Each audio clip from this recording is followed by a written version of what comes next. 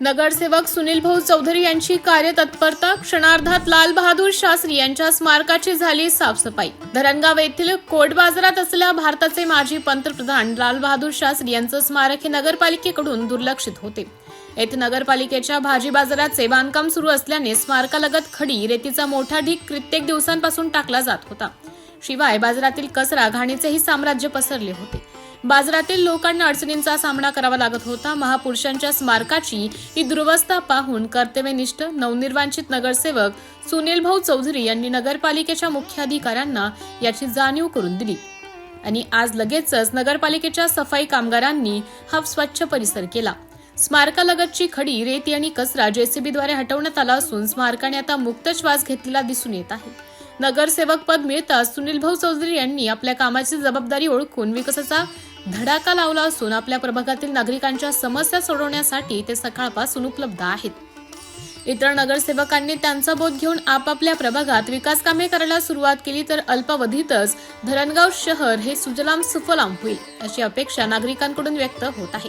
सध्या तरी नागरिक नगरसेवक सुनील भाऊ चौधरी यांच्या कार्यतत्परतेवर जाम खुश आहेत।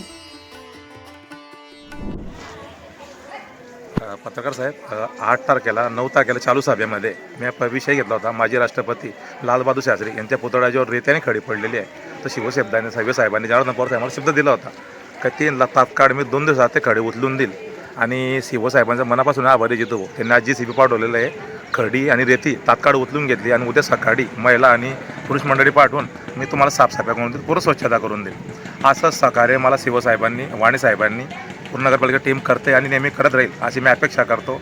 आणि 8 नंबर प्रभाग येणारा काळ मग सुजलाम सुफलाम करण्याशिवाय मी गुपचूप बसणार नाही। आज काय काय काम केलंय?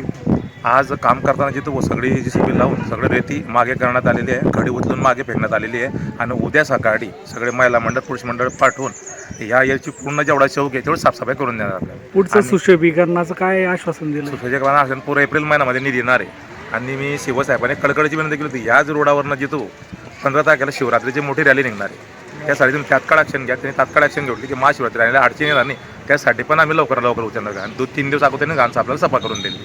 त्याबद्दल मी नगरपालिका प्रशासनाचा आभारी आहे। लोकनायक न्यूज